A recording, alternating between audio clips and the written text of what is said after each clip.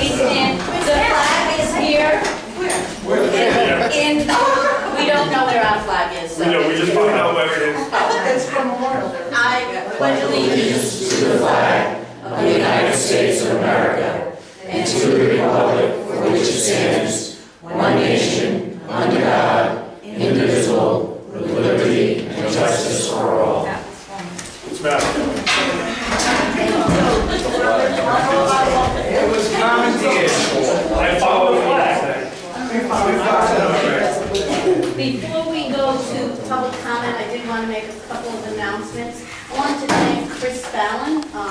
He came to do some work on the town hall and townhouse, and he graciously took down the wreath and the lights on the Christmas tree, which was very much appreciated, and he did that at no extra cost. Oh, good. The other thing I wanted to mention, which I guess our flag is there, is the Memorial Day Parade begins at 8:45 at North Road, and it's here at 9 o'clock, so don't blink, you'll miss it. And it's always a good time, and then there's speaking here. So, thank you so much. And we have one public comment, Adam Dacko. As I announced, Henry Shabbat has retired from the gun business. I plan on taking over the store. I had requested guidance on where to start on the beginning of acquiring the FFL. And I was just wondering if it started with zoning, did it start with planning? But as the three of us just discussed, I know where to start, so thank you. Good. Thank you, Adam. Moving on to the minutes from May 10th. Make a motion to accept the minutes from May 10th as presented. Second. Discussion? Hearing none, all in favor? Aye. Opposed? Moving on to payroll warrant number 45.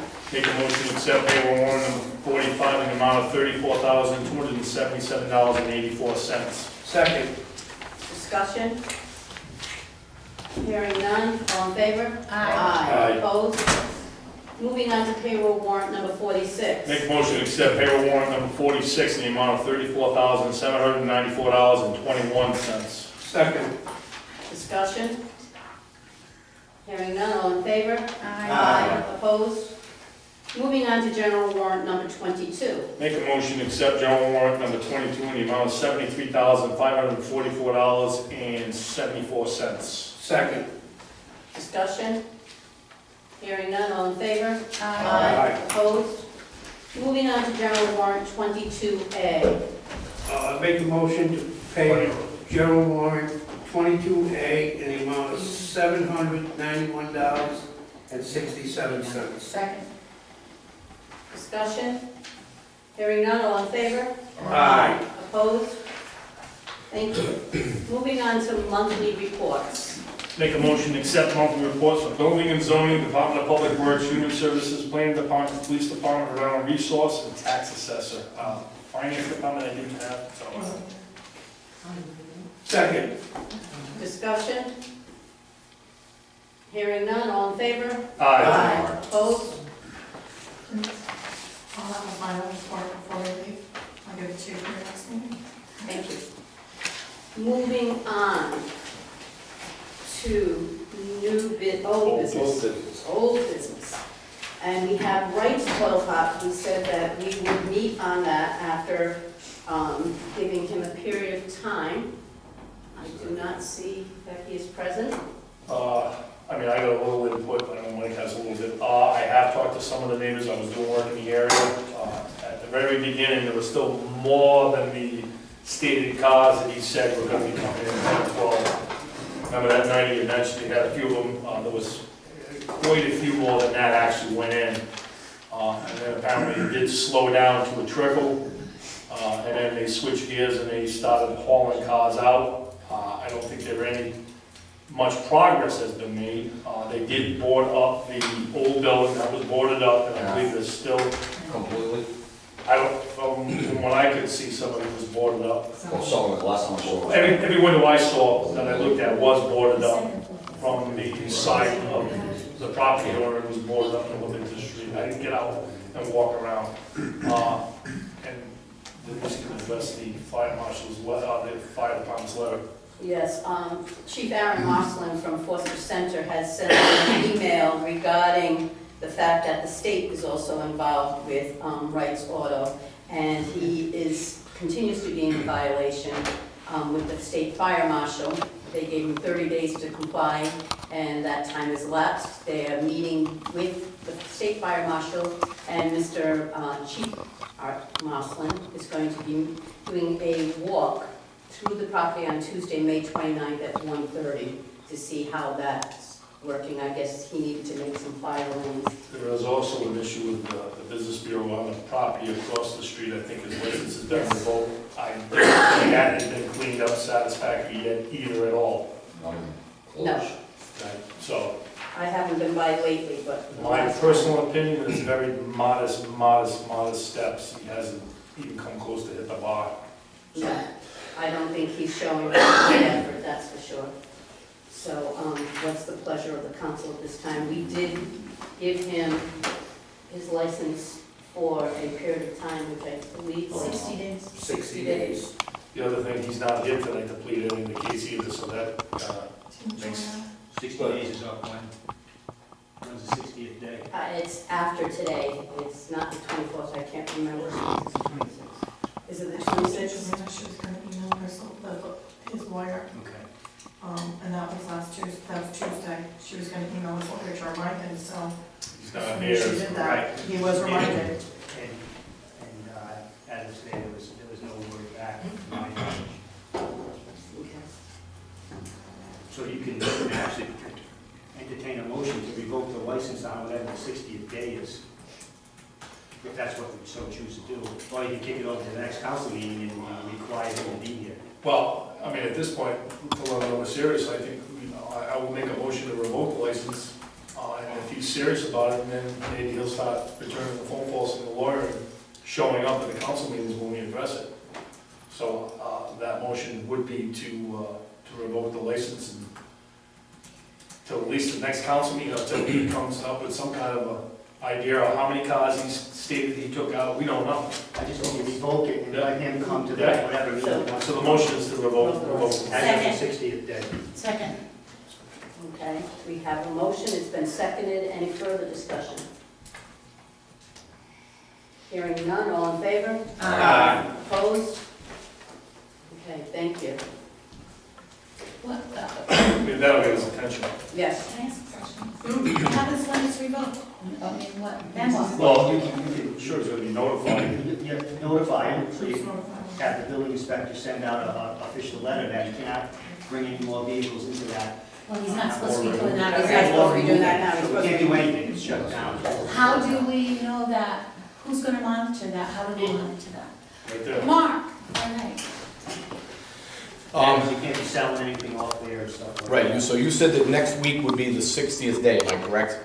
By the date? 26th, which is Saturday. Saturday, okay. So next week, either Tuesday, Wednesday, if the fire marshal is going over there on Tuesday, I'll get a hold of Aaron, I'll be more than happy to go over there, and what we'll have to do is just have to get in conjunction with the police department to go over there. I don't care if they have to have patrol over there, but he starts opening up, he gets shut down and he gets hooked, because he's got an illegal business, and with no license.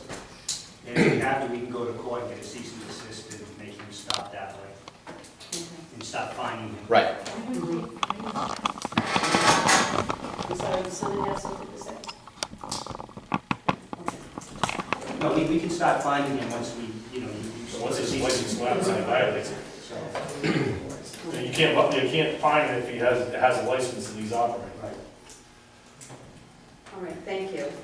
So next is the police site survey bid. The last time we met, the bid was over, and Chief Bright was getting in touch with them. Yes, he's gonna reduce it by the $900. And so the motion was made and approved contingent upon the, No, there was no motion. there was no motion on it, Yeah, voting that We were gonna try and get him Okay. down 900, if it didn't work, just move bid? forward. Okay. So do we have a motion now that I think, So it has remained unchanged, right? He's not. He is. not He is. do- He's he's reducing it by 900, but doing the same work that he does, Correct. right? Okay. Yes. can I make a motion to accept the police site survey bid minus the $900 that was agreed upon with the same work stipulated with the reduction in the price? Sorry. Further discussion. What is that amount? What is the amount of the original bid? I don't remember that. Do you remember that I off? think it rolled up to 30, wasn't it? I think No, so. no, not just the, no, that, this was a portion like 10 or 9 or 10,000, so. It might have been 9. Yeah, close to 9. Well, it ended at. I don't know if it was 9,900 or 9,500, I can't remember. Yeah, which. I get the same thing. It was reduced by 9, but I have the paperwork. The money was set aside for it. Right. It's the remaining amount that was remaining from the 30,000 quoted at the financial town meeting. So they had two major bills from that 30,000. One was for the site, Design. the design, and then the other was for the site survey. If you'd like, Mrs. Wright, I'll get that amount to you. Well, you know, just by curiosity. I will get that to you.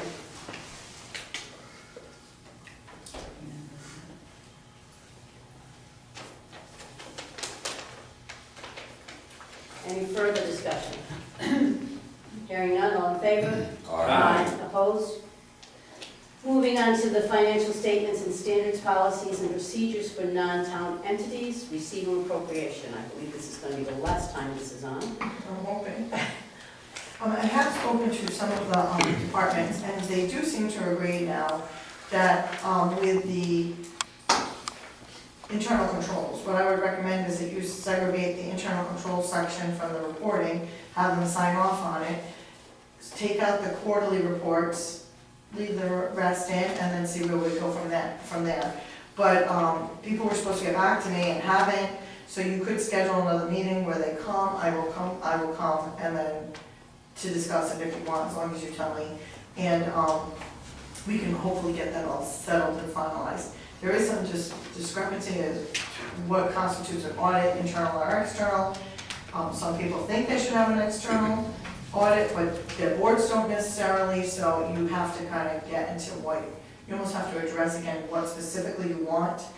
Get the departments individually to sign off on what they will and will not do, and then you'll know what's left. Because at this point, people seem to all be in agreement somewhat, but nobody's making a move to do anything with it.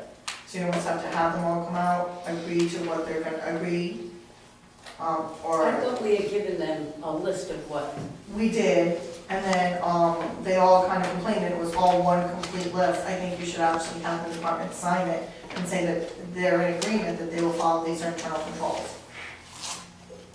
And then, once they have to actually put their name on it or their signature in agreement, then you'll actually really understand whether or not they are or aren't. Because I'm getting a lot of verbal agreement, but no actual finalization of that. So if you schedule a meeting with this, we can modify it that night and then sign it. And see where they're at. our next meeting is June 14th, I believe. Would you be willing to come back on that? I won't be able to make that. Well, just, it doesn't matter, I just, we brought up the date, I'm gonna commit it. Yes, that should be fine. Do you want to be present?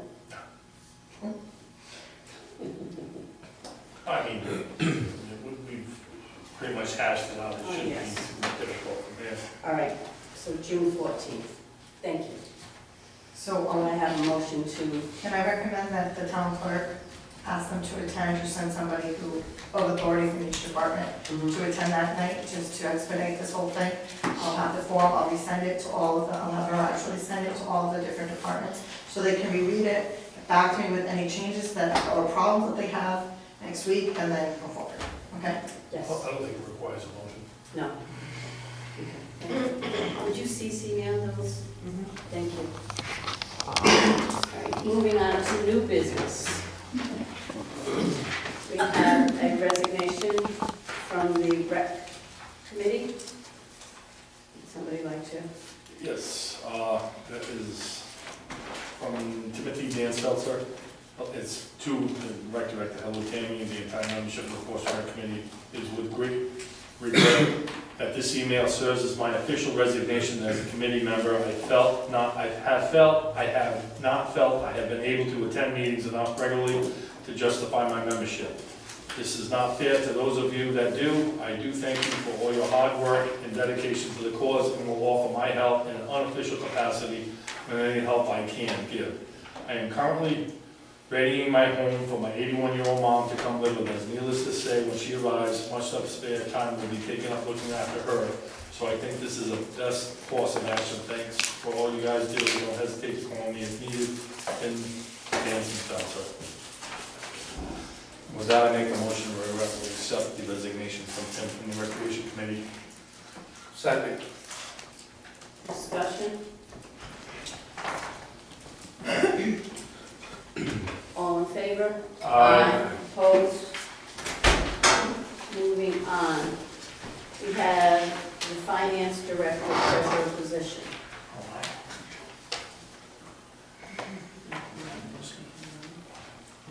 Oh, I put that on there so we could just discuss the card.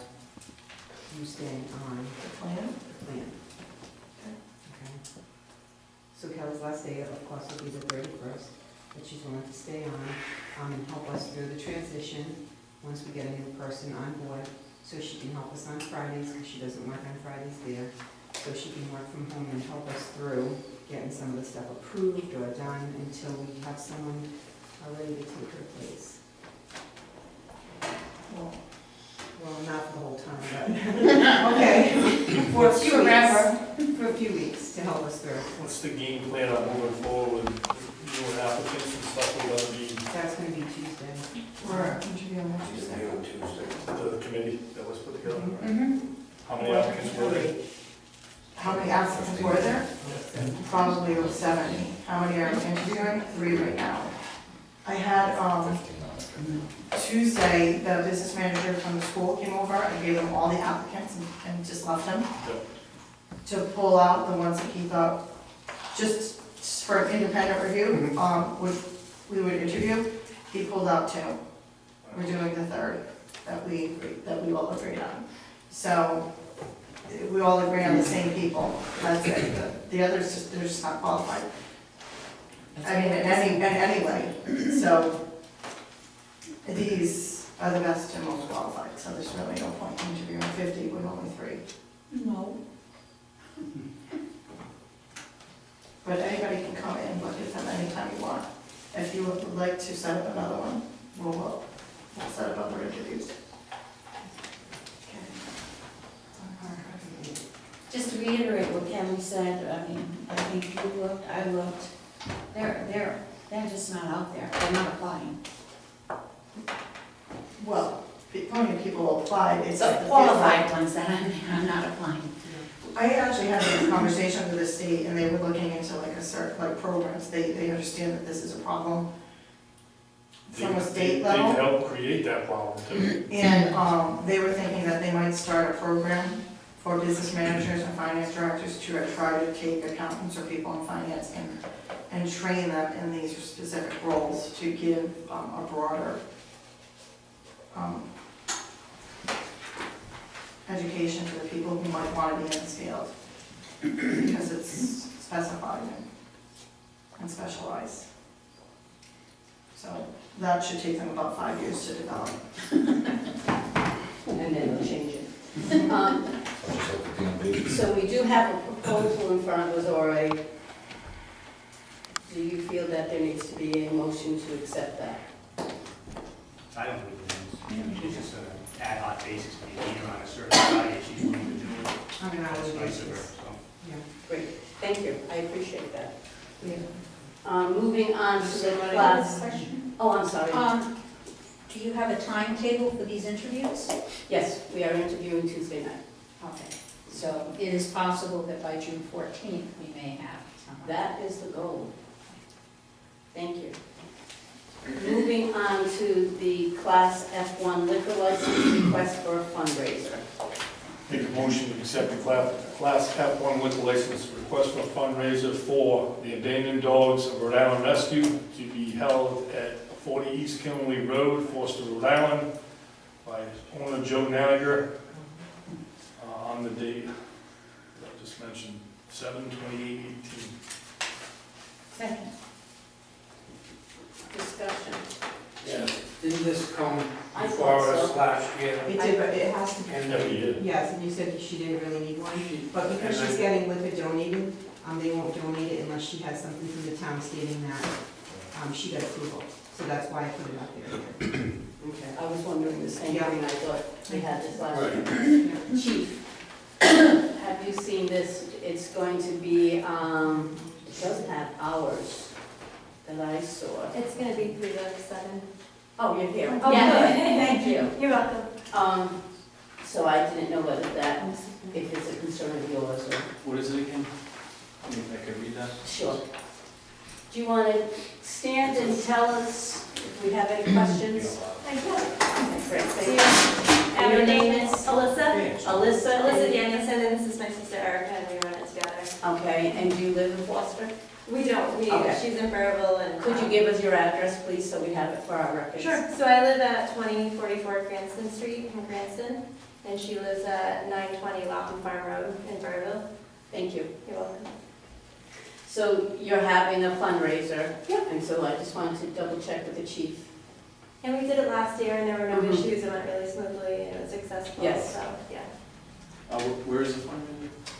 It's For East County. Oh, okay. Not far, Jansen. Yeah, it's house. And it's gonna be on July 28th Yes. from 3 to 7, you said? Yes. That's fine, just wanted, I'll make a note Yeah, of that. make sure so someone can swing by. Yep. How's that? Okay, so Yes, we've had, thank thank you. We've had a motion, it's been seconded. Any further discussion? So, we're gonna do the application or? We have to do the application because she's having liquor donated and they won't donate it unless she goes to the town and gets approval. Last year she wasn't, she didn't need it, but we did it and I put it out there anyways. This time she needs it, so they're asking to please approve that. But she could actually get approval without She wouldn't get paying approval. the, they won't donate the liquor. No. Oh, we so could you're still saying we do the could- Approval, And say And not everything like accept the that. $35. I see what you're saying. So you're saying you can give the approval, give the but approval, forfeit the, forfeit the the fee. $35. do you want to amend the motion?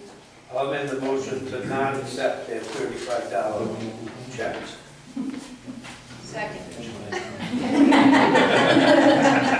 Doesn't work that way. Is there a second? Thank you. It has been seconded. Any discussion on that amended motion? Okay, so on the amended motion, all in favor? Aye. Opposed? Okay, moving on to the main motion, all in favor? Aye. Opposed? Thank you. I'll have your certificate here so you don't have to come back and get it. Thank you. Thank you and good luck.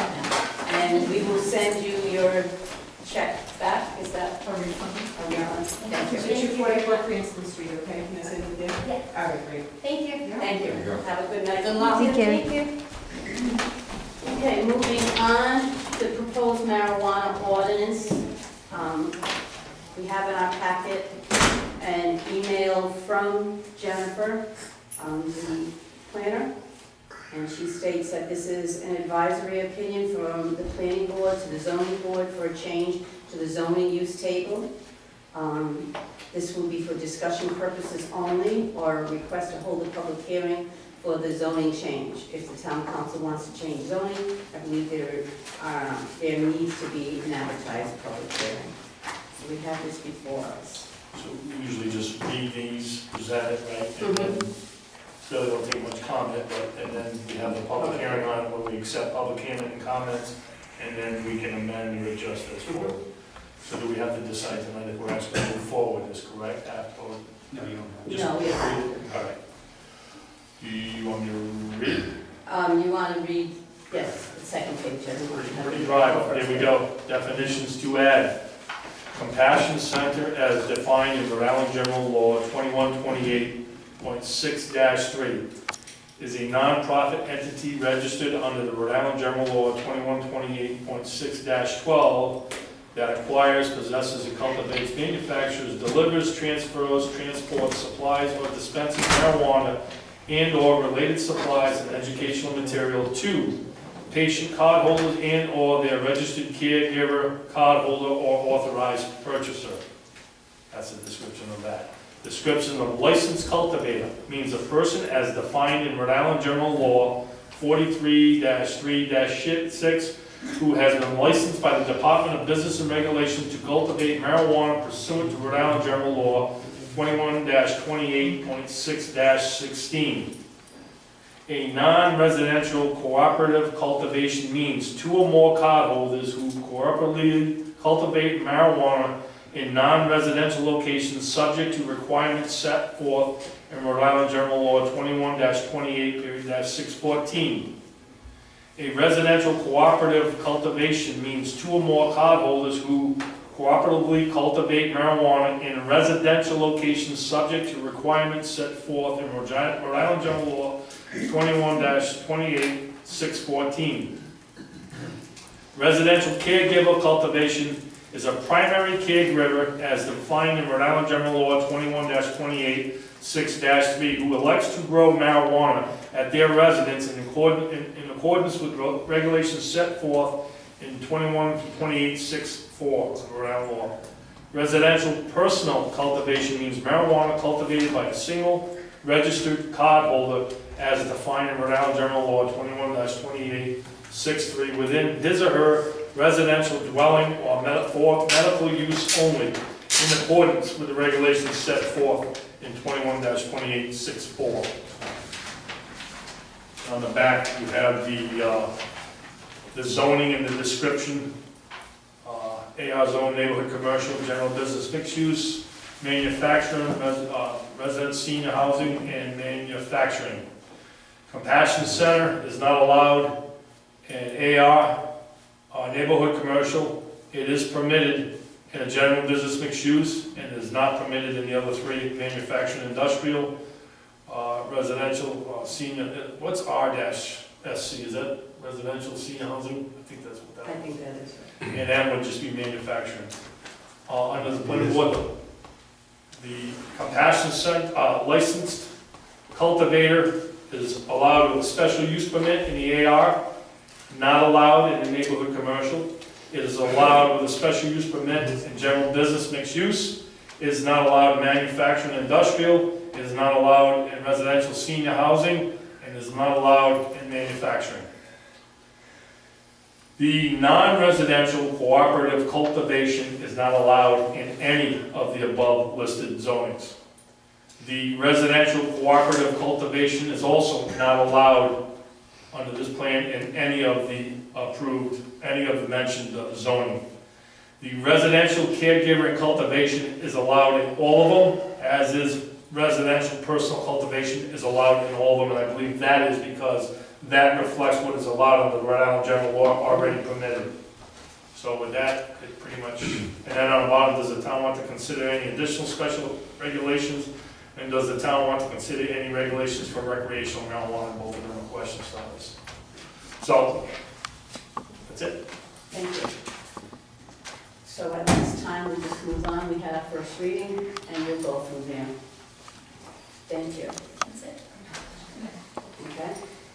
Moving on, we have in our packet a letter from the planner regarding a moratorium on solar farms. Yes. To the Honorable Town Council, the Town Council may choose to discuss and contemplate a moratorium regarding the allowance of major solar installations by special use permit in the town of Forster. In Forster, all major solar installations are permitted in all zoning districts by special use permit. The time spent during the moratorium can be used to either review and modify the Forster zoning code, particularly Article 6, Supplementary Regulations, Section 38-292, solar installations, or request the Rhode Island General Assembly to pass a substantial law to conserve forest land. Trees, especially forest land, sequester carbon from air, and overstocked forests can have anywhere between 100 to 200 trees per acre, and a healthy thin forest will have 40 to 60 trees. According to the U.S. Department of Energy, a 30-year-old eastern white pine can hold about 52.7 pounds of carbon per year. This shows that an acre of an eastern white pine forest from 40 to 200 per acre could sequester anywhere from 2,108 pounds to 10,540 pounds of carbon from the air per year. 1 gigawatt, which is 1 million kilowatts of energy, produces 744 metric tons, 1,488,000 pounds of carbon emissions per year from non-renewable energy sources. A total of 2.8 acres of solar panels produces 1 gigawatt of energy per year without any carbon emissions. So 1 acre of solar panels saves 531,429 pounds of carbon emissions versus forest land at the maximum sequestered of 10,540 pounds of carbon per year. The amount saved in carbon emissions from solar panels is more than the amount sequestered in the forest land. This does not mean that the forest land should not be maintained or turned into solar panel installations. Forest land should be maintained and allowed to sequester carbon from the air, and solar panels development should continue on unforested land. The 2018 House Bill number 8141, Rhode Island Forest Conservation Act, has been proposed with the purpose of prohibiting any state economic and other incentives to develop or convert forest land for renewable energy uses. The definition of forest land within the bill is defined as any portion of any tract of continuous tracts of land bearing a dense growth of trees, 250 acres or larger, as determined and mapped by the Department of Environmental Management. It is not clear if these lands have been mapped and determined by the Rhode Island Department of Environmental Management, Rhode Island DEM, or what property and parcels would be protected by the law. Examining parcels in size in Forster, one of the most rural municipalities in Rhode Island, shows there are only 2 parcels of the 2,275 total parcels in Forster that have 250 acres or more. They are Plat 9, Lot 35, 0 Plainfield Pike, 621.47 acres, and Plat 12, Lot 66, 482 acres, both owned by the City of Providence. And Rhode Island DEM determines continuous tracts using parcel boundaries and ownership of forest land protected, that it would only protect these 2 properties. The bill H8141 was referred to House Municipal Government Committee and then transferred to House Environmental and Natural Resources Committee.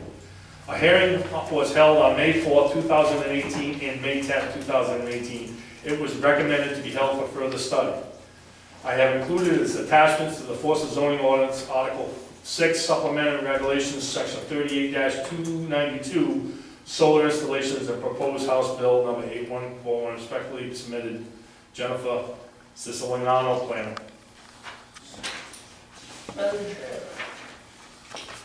Mr. Swazi. Yeah, every time in the history of Forster, every time we decide we don't like something, the next time we get an application, it's worse than the last one. The land where the second solar farm is going is owned by a health agency, and they wanted to build a health center there, and somehow they got deterred. So we went from a health center to a solar farm. I'm not sure about a moratorium. There are pieces of land in Forster that are absolutely not usable for anything. One of them is the one up on 101. That's the second worst parcel of land I've ever seen. The first is on Dolly Hill, Coal Hill Road, coming down with all the rocks on the second side. So turning that one, or if we were moratorium before that one went in, I don't know what that guy ever used that property for. So I'm not sure about, I mean, you can do a moratorium, but I'm not sure about turning them all down. Alternative energy is needed. We're against windmills. If we're going to moratorium or not let solar farms, I don't know what we're going to to use this land for. I'll give you one instance. Years ago, when I was on the planning board, Helen Dixon, with Helen Dixon probably 20 years ago, we wanted, at that time, housing to be put in upland properties so that fields could be left for production of food crops and hay. What's generally being said here is that solar farms belong in those fields. So it's contradictory of what we were talking about 20 years ago and nationally. They should go in on parcels that are not used for anything else, and I think we got a lot of those in Foster. So Thank you. I think you should consider this moratorium very selectively. Thank you. Mr. Sheldon. Excuse me for not standing. If we're gonna propose a moratorium on solar fields on some of these properties, I think we should be giving people a choice.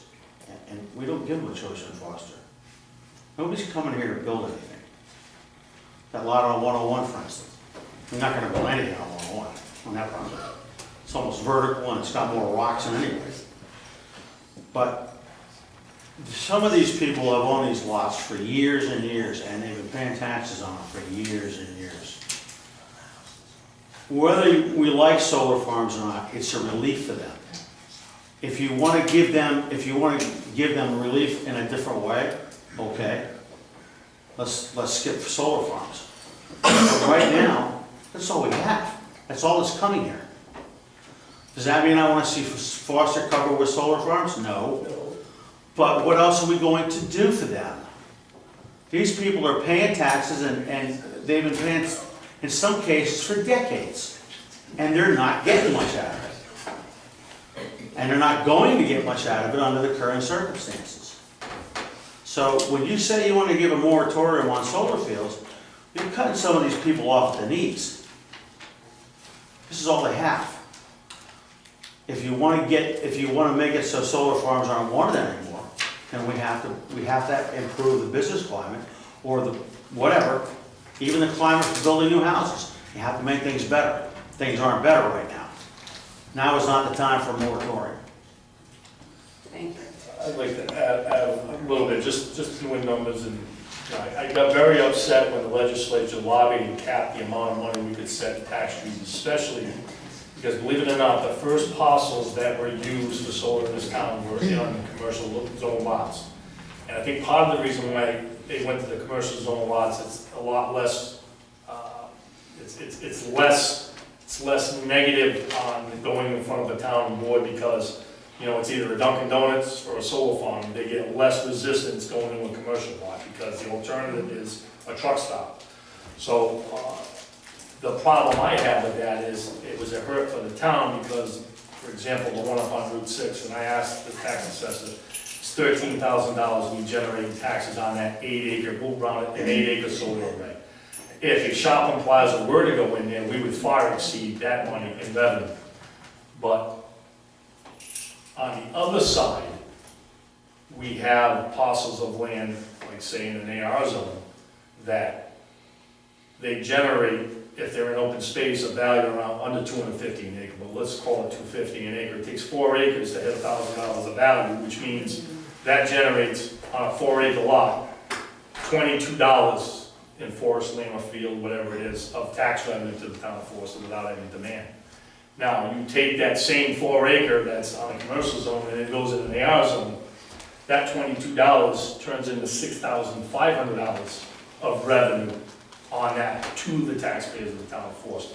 Now, if we sit here and say, let's put a moratorium on it, this is what happens. They all get built up somewhere, it all gets maxed out, the legislature changes. Now, we all pay our federal dollars to subsidize these things. So if we say no to Forster, they're still going to take your subsidies out of your pocket, and they're going to be built in Situate, they're going to be built everywhere else.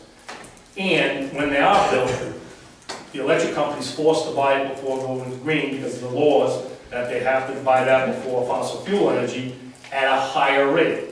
So then your pocket gets picked again on your electric bill. So by my balance is by saying no, they get built elsewhere, we're paying to build them elsewhere, and we're also paying the high energy costs elsewhere, and we're not benefiting from it. If we have enough of them in the town, that offsets revenue coming to the tax dollars, it softens the blow. So what that point is, I don't know. There are 3 current solar arrays in town right now.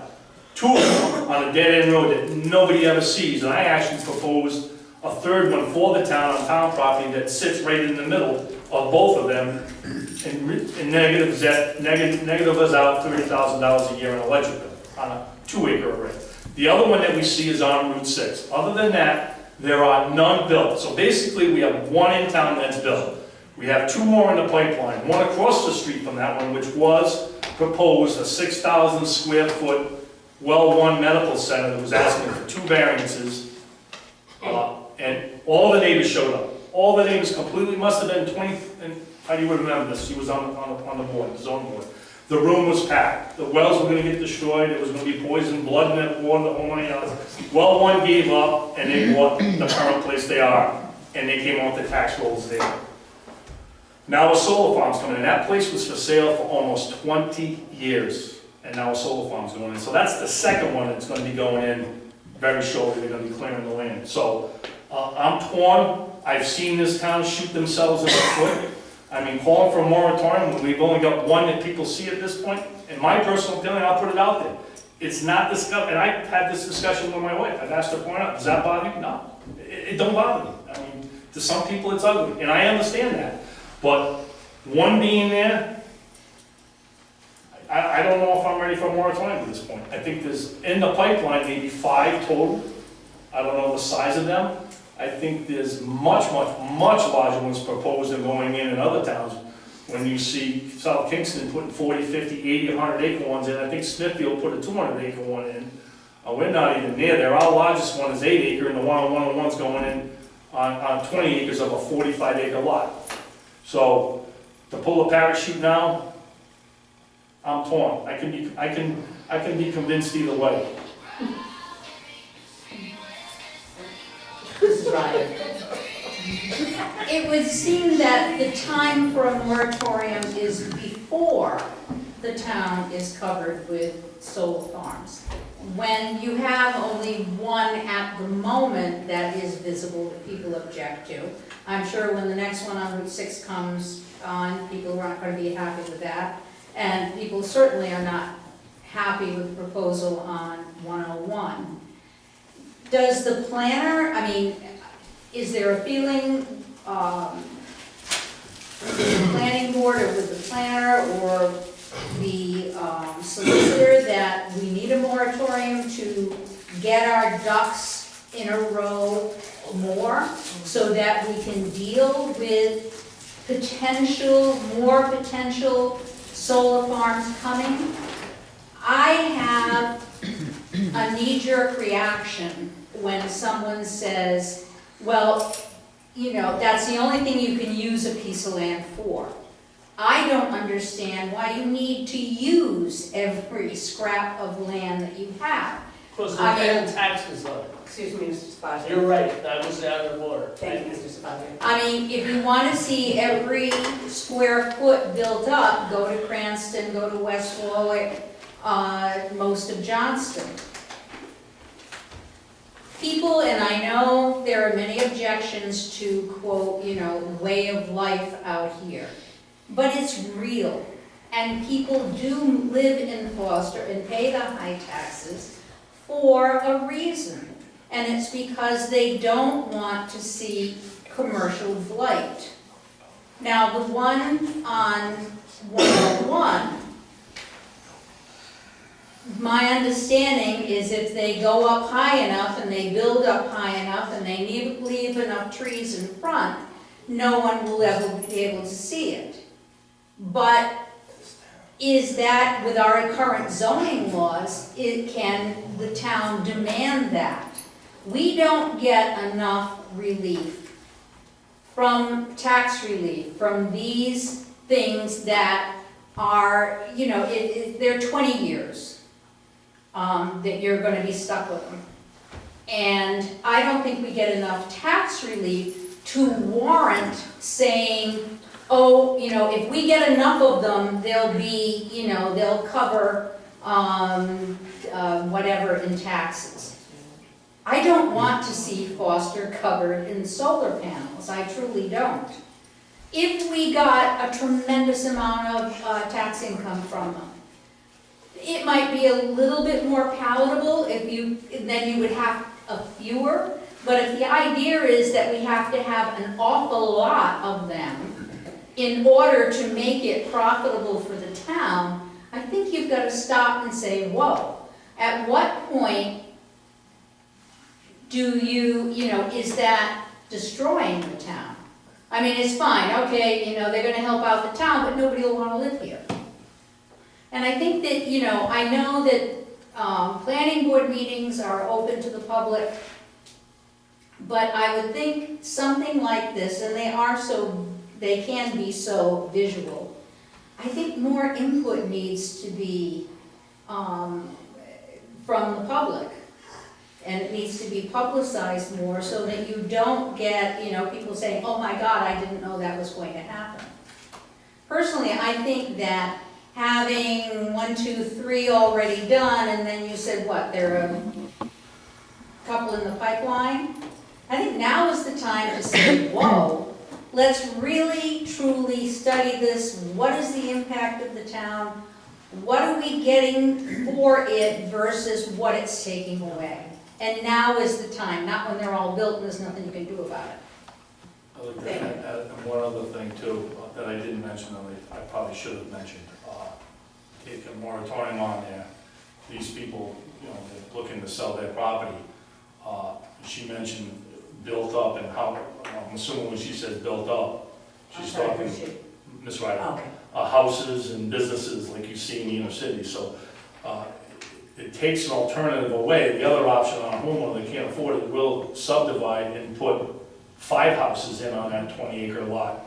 And if you do the math, at $13,000 per kid, times 3 kids, and let's say 4 of them, that's $45,000 times 4, that costs the town $200,000 a year to the negative. So there is no real true answer. I'm just afraid that we may miss the boat and pay for the boat and be left on the dock paying for the fuel and the boat and the crew on it as they ship away, because they will be built in other towns, and we will be paying to have them built, and we will be getting 0 revenue. And like I said, the difference is $6,500 for 4 acres versus $22, and then you add in that other thing I said, 3 kids on that one lot is $45,000 to the negative.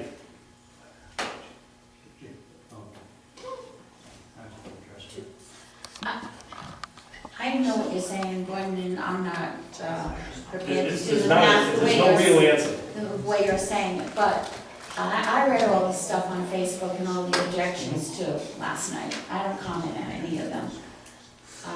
There's a lot of people out there that object to these that live in town already. And I think what Mrs. Ryder said is that we need to have more of the townspeople involved and really advertise that it's gonna be discussed and have them come in and give their opinions and listen to what the people in the town really want. I think that, I hate that thing on Route 6. I've come to accept it, it's there. Thinking about the other one on the other side made me ill, but I'm hoping that the town is going to hold them to the privacy hedge or whatever it is, the 20 feet. 30-foot buffer. 30 foot, okay, 30 foot buffer. 9-foot fence. But if you look at what's on Route 6 right now, I mean, if that's 30 foot, okay, but their trees are gonna grow and you're still gonna see it, and you still see it now. And it's just, I don't wanna see the forests go either. I hate a tree coming down in my yard. What's odd is that bill is saying, don't cut trees, put it in farm Yeah, fields. exactly, I know, and what Mr. Savazio said is true too. I'd like to see more farms come in, that's not gonna happen either. Well, would you rather see a solar farm go in an open field that you're not cutting trees and not affecting the carbon output? I don't know. I grew up with all the farms, I don't know, I would hate to see that. But my point still being, I think that the people in the town need to come out, and we need to get them motivated, and need to hear what they have to say before we do anything. And customarily, I'm not picking either side, like I said, I'm beveling about it, but what you have in a meeting like that is the people that don't like them will show up, and the ones that really don't care. You're I'm not gonna show you're up. probably right, but we still need to hear some of those comments. 1 second, please. Did you have, Yeah, that could change the buffer. is the buffer? The new buffer on 101 is gonna be over 100 feet. Right, but that's not required, that's part of the planning. and That was working part with- of the plan, Right. Yes, right, okay. right. I read that, right, okay. Right. If I may, you know, in our town of West Green, we're getting heavily bombarded. We have, gonna have the biggest one going in across from the truck stop.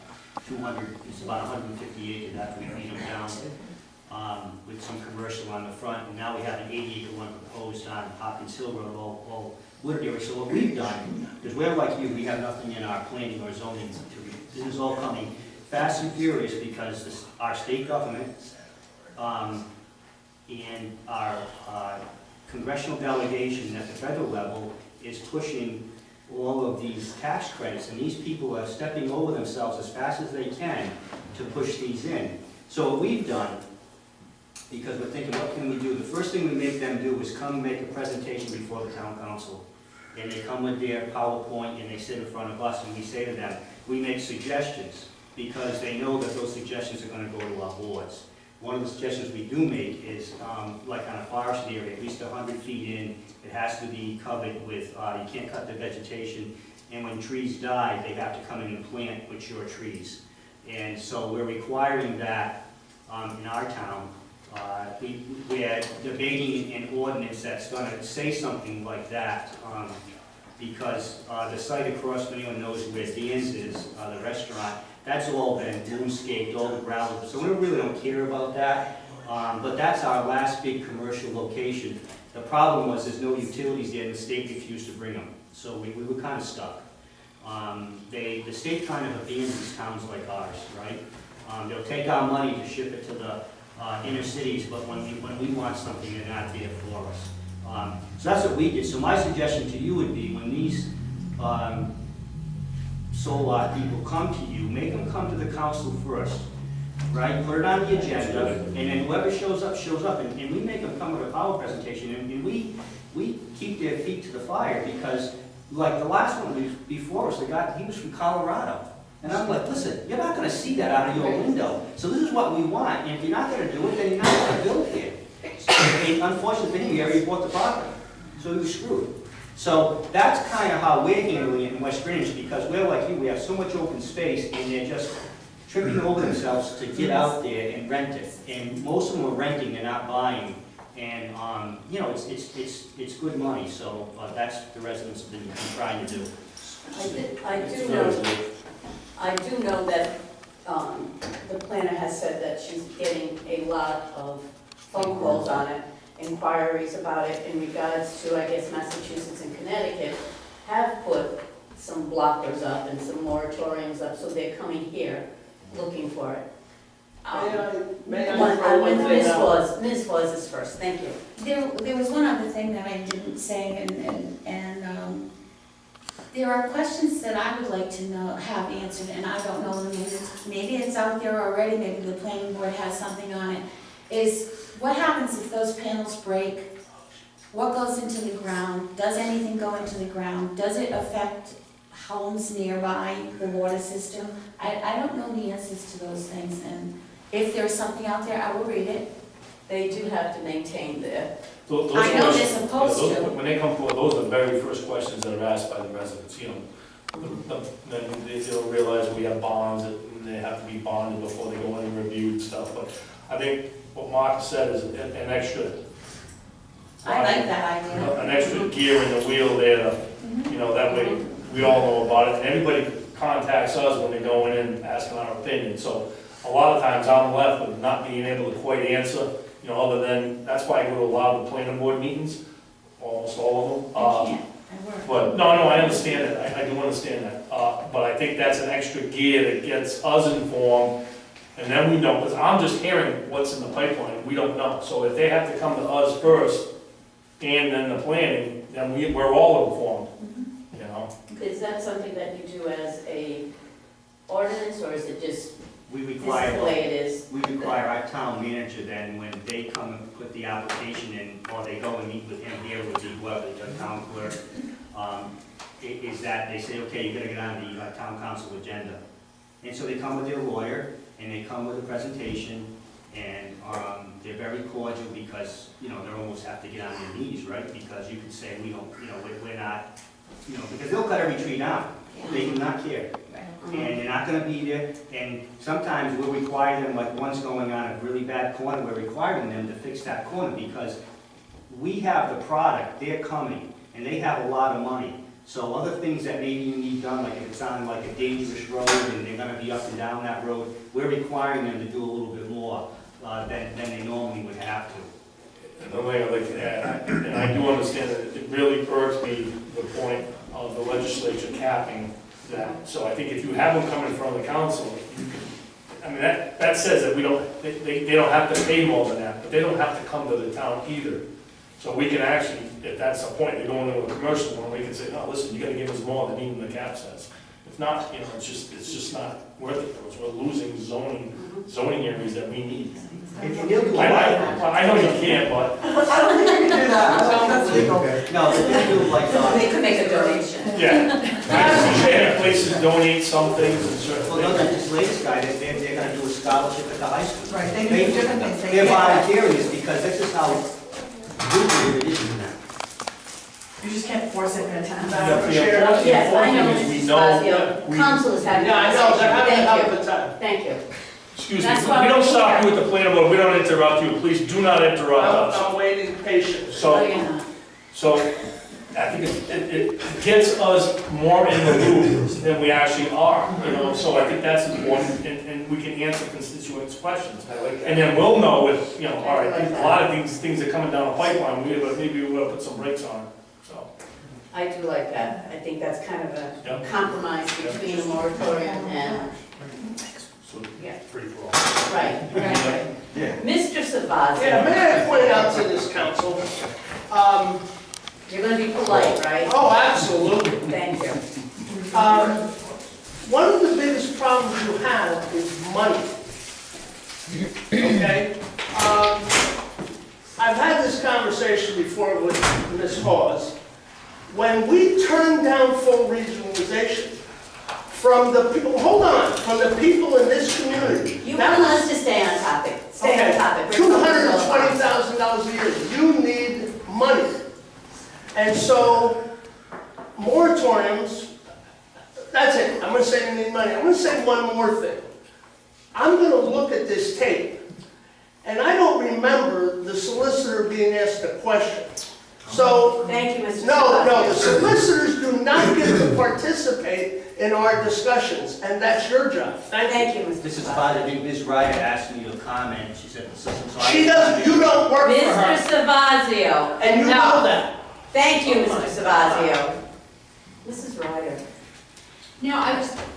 One thing I've seen, and maybe it doesn't, well, it probably would happen at the council level, and maybe you've run into this, is that they go and buy the piece of land, fully intending we're gonna put a solar farm, and then they come to the town, and if the town looks like they're going to be not absolutely all for it, or put too many restrictions, you get he's already paid so much money for this land, we can't tell him what to do, blah, blah, blah.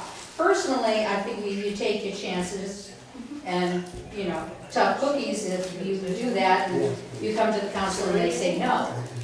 But how realistic, should there be some more legal hoops that they have to jump through, or ordinance hoops that they have to jump through, that, I'm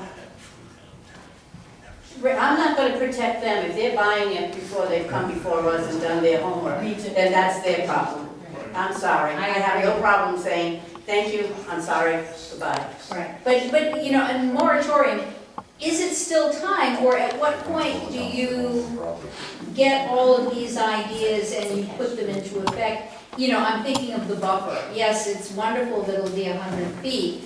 However, I know that on Route 6, the one near the mobile station, there were gonna be mature trees, and there were gonna be, and no problem, don't worry, this is what the guy said he's going to do, and then he doesn't do it. And then what? And then you're sitting there, you know, they lie. Mr. Sheldon. I may have glossed over this before. I agree with what you just said about new people coming to town and wanting to do something and not having a lot of sympathy for them. I agree with you on that. But it's been established that most of these fields are on rented land. And I'd just like to point out that these people who are renting out these fields, they're citizens of Foster too.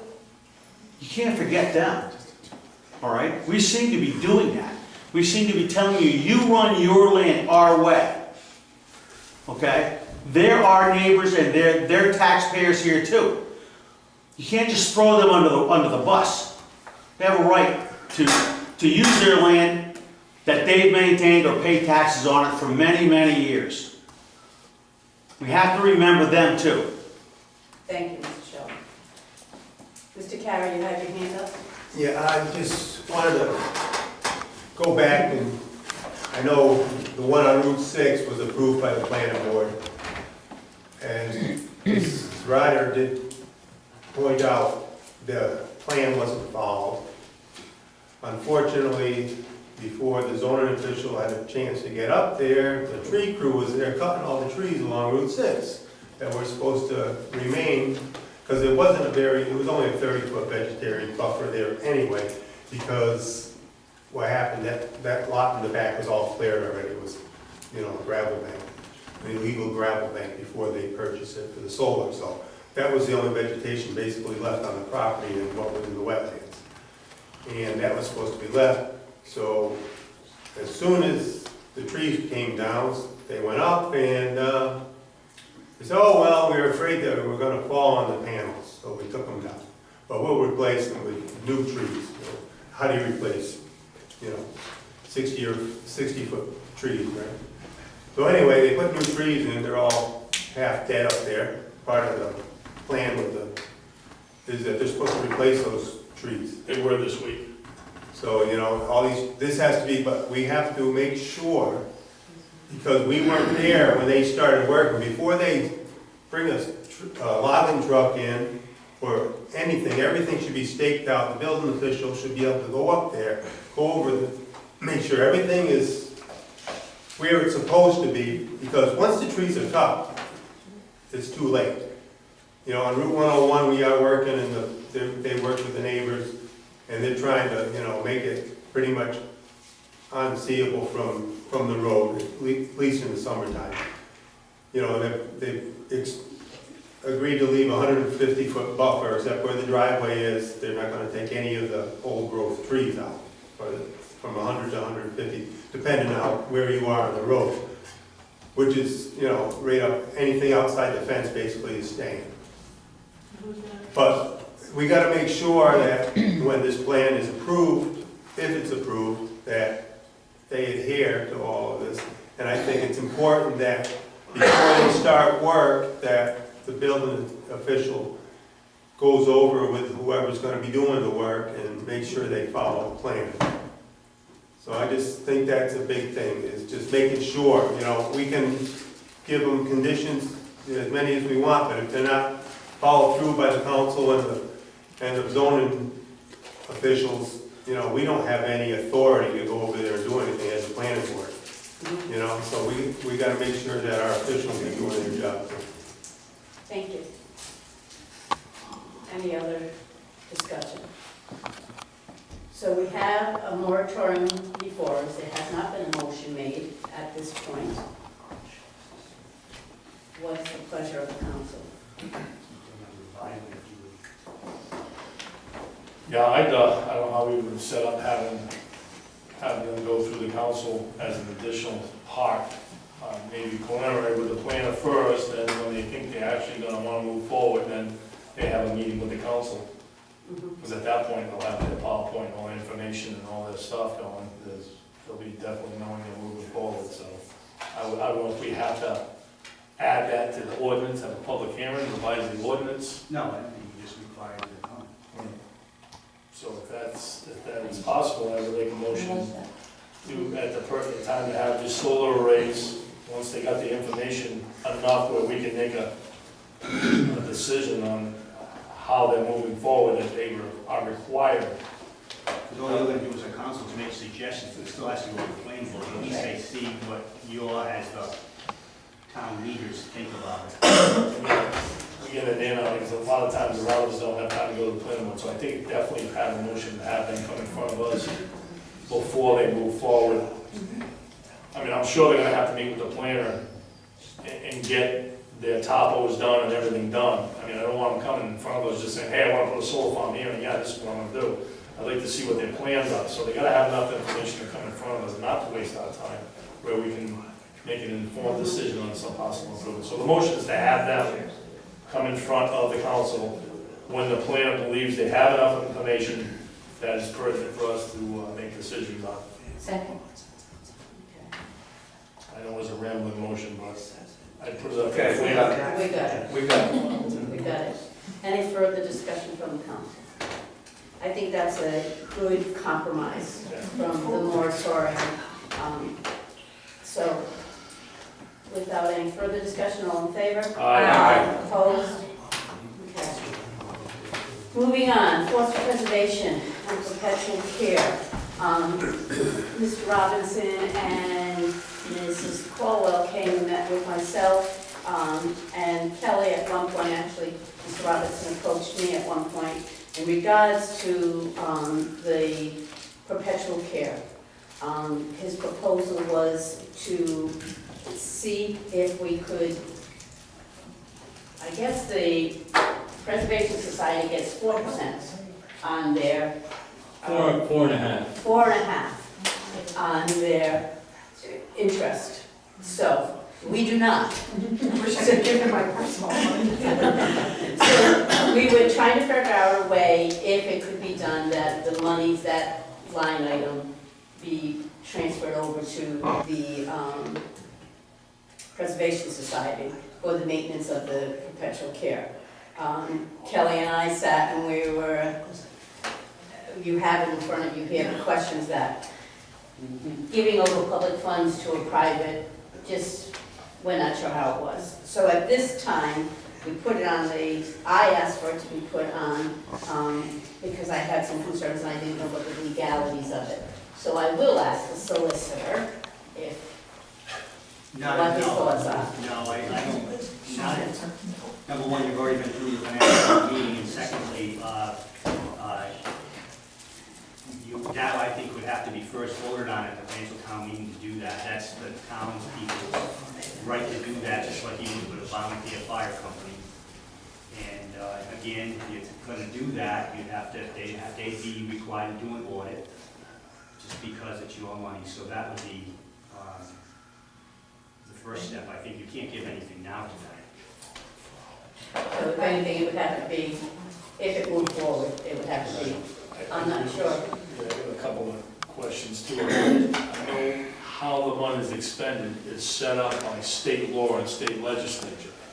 Now, I don't know if that legislature states who foresees it. Do we have, question is, two questions. Do we need state legislative approval to move it from us, because it's set up by the state legislature to remove it from us to a private entity? And if they do, and it's done, they would also have to be, they would be bound by the same laws that we were, that interest only could be used for maintenance. So we have plenty of time, because we can't do anything this year anyway. So we'll research that for you. That's what I said. If I could, I'd just like to clarify a few things, because somebody's got to speak for the dead. Mr. Robinson.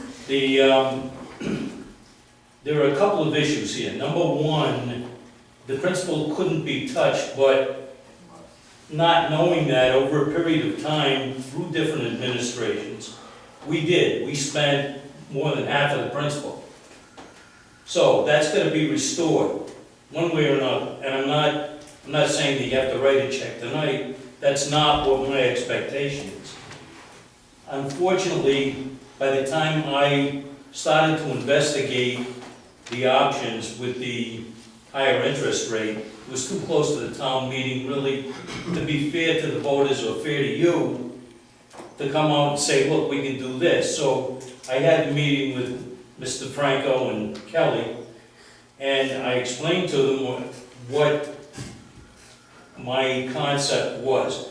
The Rhode Island Foundation is a huge nonprofit. They are an investment firm, and they invest for Brown University.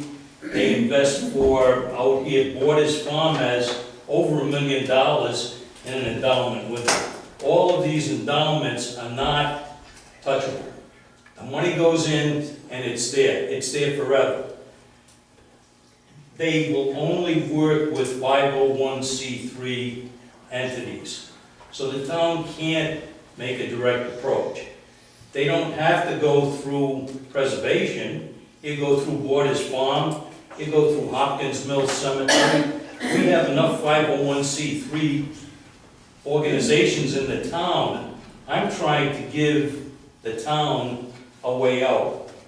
Now, at 4.5%, that $30,000 would generate $1,350 a year. If you were getting 2 cuttings for $2,150, you could get 1, which would at least keep these things from becoming a jungle. But we spent a year cleaning the Clayville Cemetery.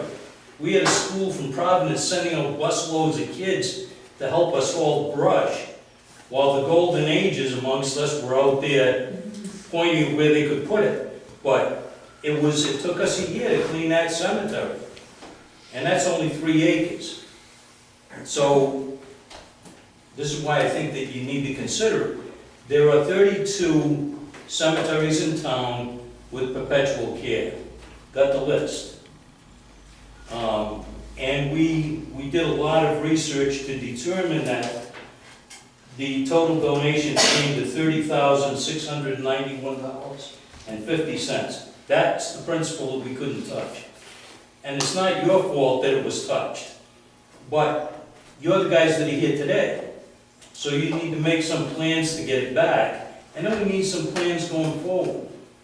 Now, the other part of the issue is, I was born a Republican, I can't help it, it's what I am. But, words to live by, do what you say. All right, if I tell you I'm gonna do something, I'll do it. And I think the town has to man up here. They took money from people and said, we will mow that cemetery. Now, the fact that they didn't take enough, or maybe they shouldn't have done it at all, a lot of those people are dead and gone. But we're here today, and this is what the town said it would do. It is a moral, ethical issue. It has nothing to do with legality. We told people we would do this. Now, I don't have people, well, I've got people buried in the town, but that was so far back. But I have, my parents are at Highland Memorial. I had to buy perpetual care for them. My wife has a family cemetery in Gloucester.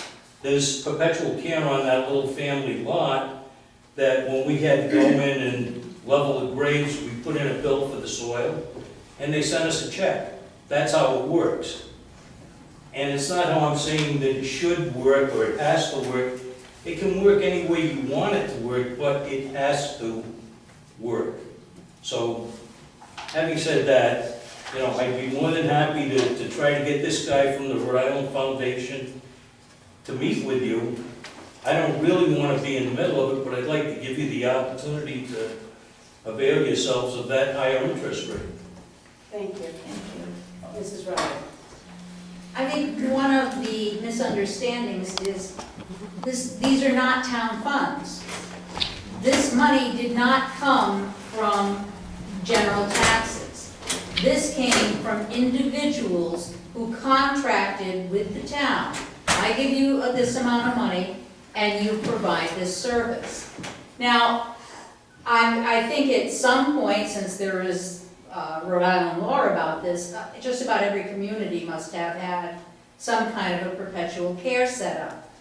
Nobody knew that interest was going to tank as bad as it is. So there must be other communities out there who are holding on to money that was given to them by specific individuals to perform the service, but at this time, because the principal can't be touched, that service can't be provided unless the town uses their own money, and yet those people, or that amount of money is stuck in the town coffers and is never going to do anything. I mean, do we just write off that amount of money and say, yep, the town's got it, but it's not gonna do anybody any good?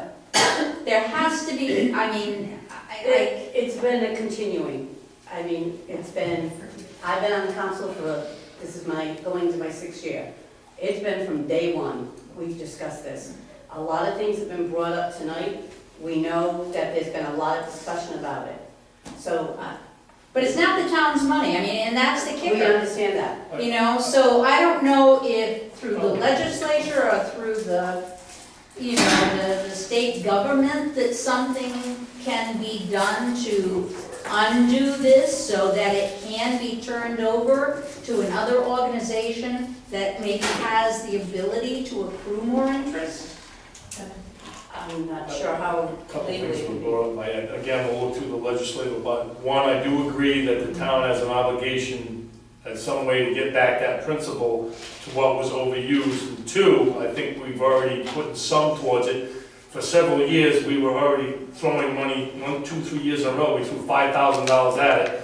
In the last 2 years, we were north of $2,500, so that was money above and beyond that was taxed by taxpayers. I don't think the taxpayers should pay more to the principal than they actually took out. So we've already, should be credited some over the last several years. Now, I don't know where that puts us. I think we need to find out what was totally taken out. Then we gotta figure out what was taxed on people that didn't contribute, that didn't have a choice, but was taken from them in tax dollars to do it, which it was for several years because it became a cemetery line item fund. And then it got dumped into the DPW as a separate line item inside that as that. And then the last few years it was reduced down to, this is the first year that we've paid 0. So we have, I believe, a credit. What that works against, what was taken out on the balance, I don't know. But those things we have to look at and we have to find out how to do it. I think it's got a good idea there. Yeah. I think there's a few things that you have to consider. I'm looking here obviously to consider them, so I just want to point it out now.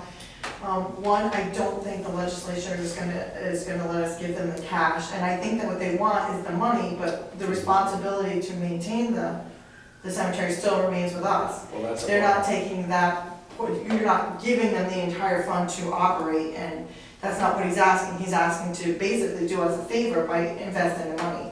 So that's the first thing. Secondly, the money can only be invested in increments of 10,000. We only have one increment of 10,000. So it's really it's not gonna really be a huge savings for us at this point in time. If we had the 30,000, then it would be of value.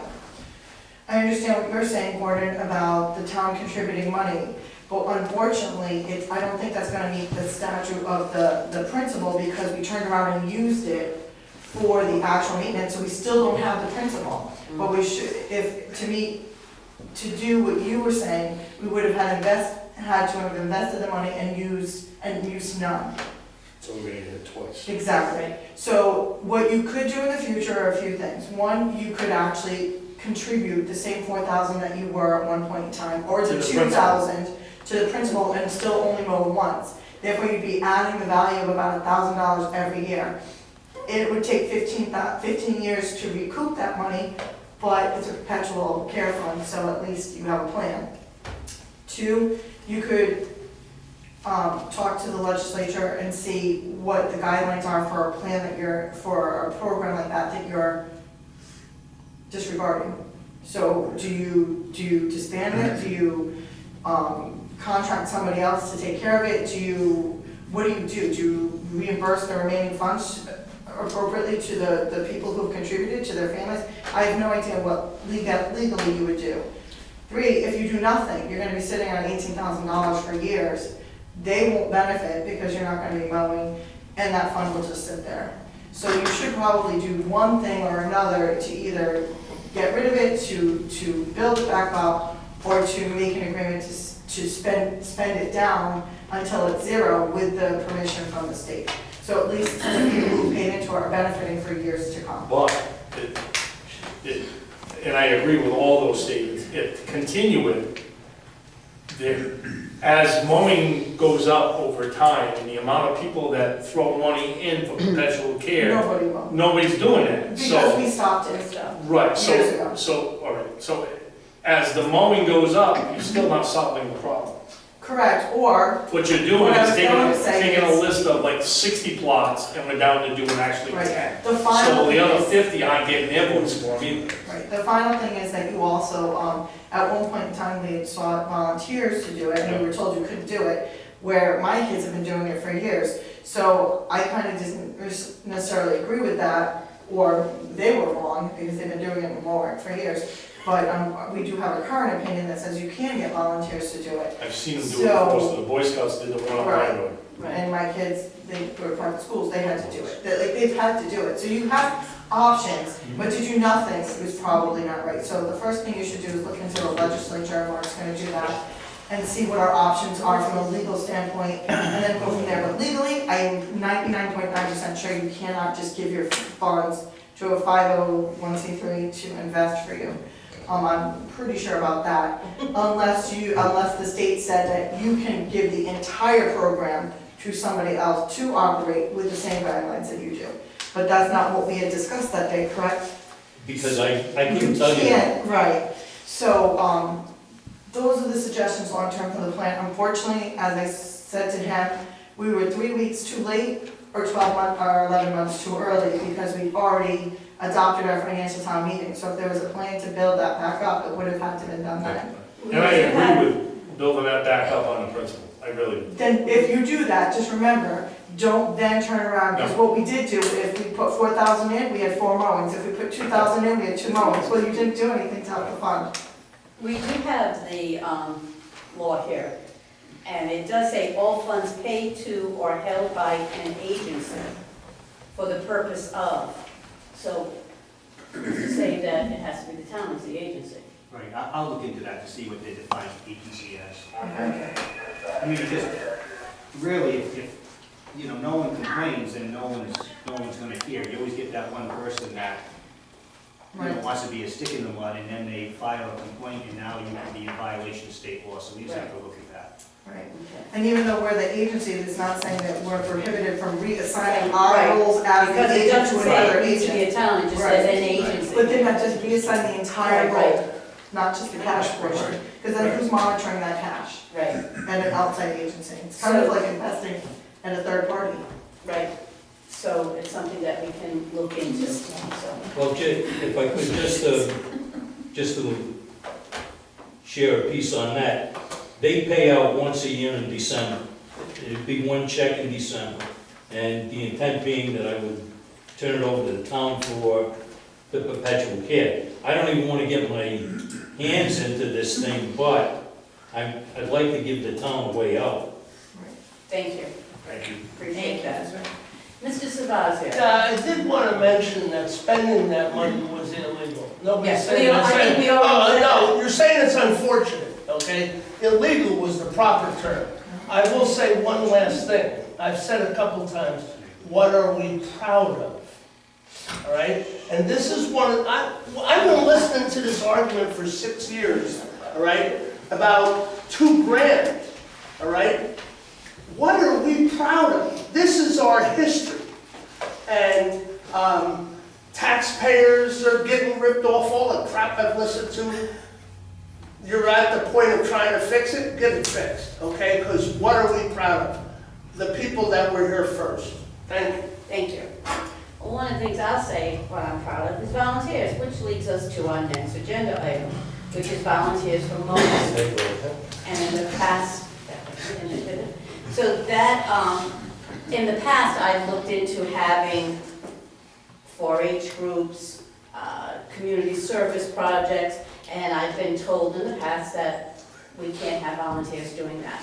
But as Kelly pointed out, other communities do that. So I would like to move forward and get volunteers See if there's a confirmation class, if there's a senior project, if there's a Boy Scout group, an Eagle, looking for Eagle Scout, that would be willing to come and mow, if not all, some of them. So that was my proposal.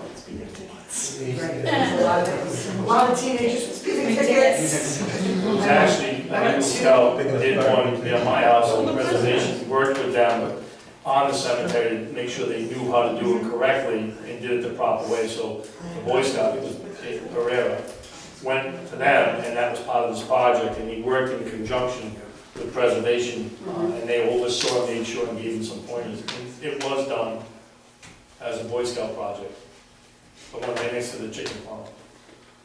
If the Boy Scouts come to us and ask us if they can clean a cemetery, fine. If the town asks the Boy Scouts to do it, liability, insurance, what happens if one of those boys gets hurt?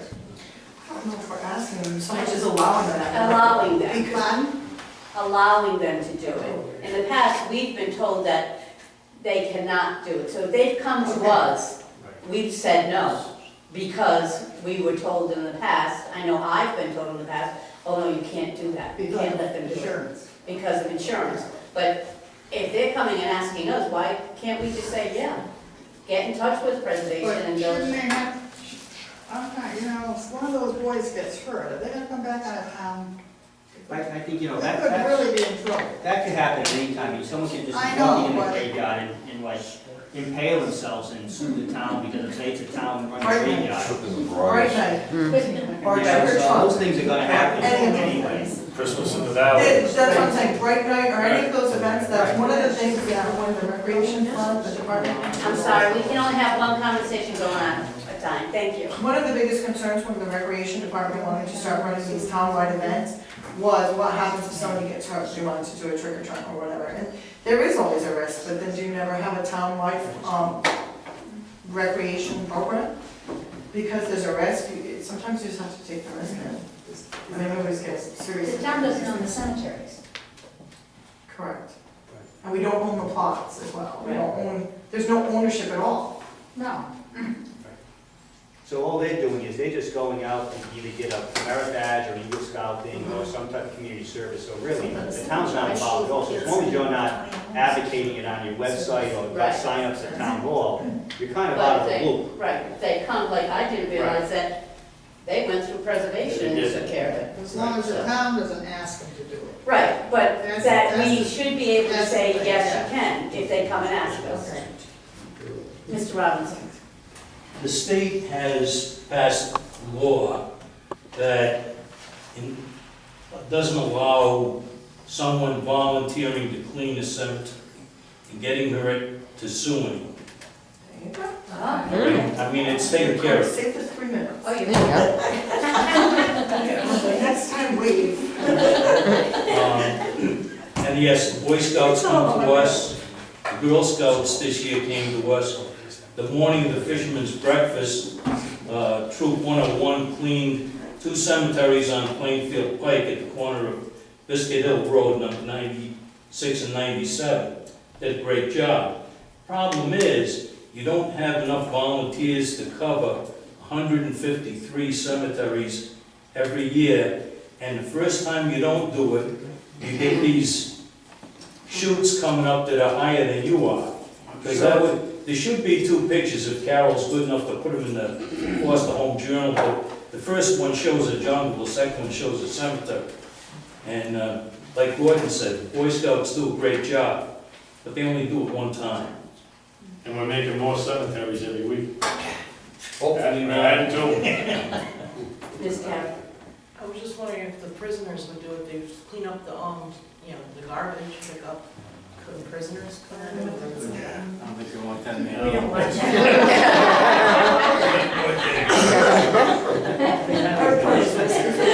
Yes,